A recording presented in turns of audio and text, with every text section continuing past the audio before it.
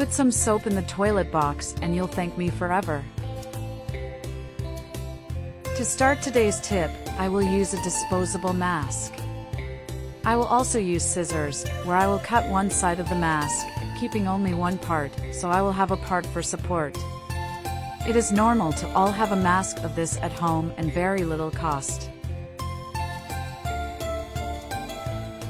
Next we will also use a soap. You can use whatever you prefer, remembering that it is the item that will bring cleaning to your bathroom. It is very common, even after doing our needs, part of the waste is stuck to the toilet. But with this quick and easy tip, you will clean easily, and will never leave dirt behind. Just put the soap inside and then close very well. I'm using the same part one cut earlier.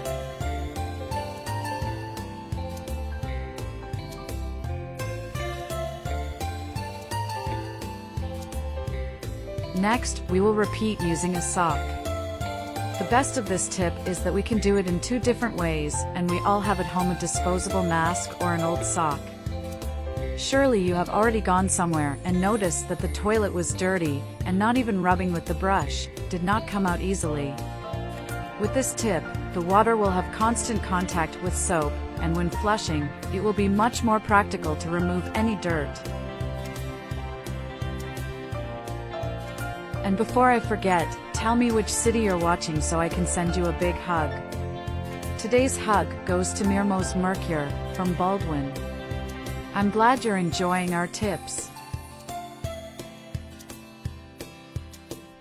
For use we need to put straight into the toilet tank. First we will remove the lid, and then use the support part to leave our tip stuck, and not sink fully into the water.